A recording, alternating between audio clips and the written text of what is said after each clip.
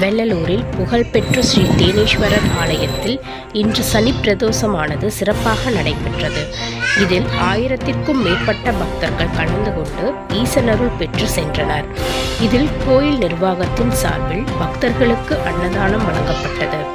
அதனை ஸ்ரீ அன்னமித்ரா கேட்டரிங் 3000 பக்தர்களுக்கு அன்னதான பிரசாதத்தை ஏற்பாடு செய்தவர் உரிமையாளர் ராஜு அவர்கள்.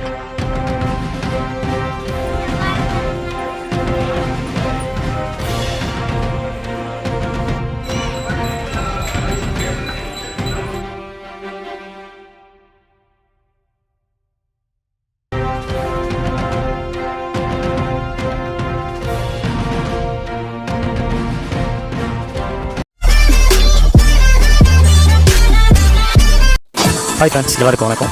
நம்ம சேனலை லைக் பண்ணுங்கள், ஷேர் பண்ணுங்கள், கமெண்ட் பண்ணுங்கள், மறக்காமல் சப்ஸ்கிரைப் பண்ணிட்டு அந்த பெல் பட்டனை ப்ரெஸ் பண்ணுங்கள். நன்றி.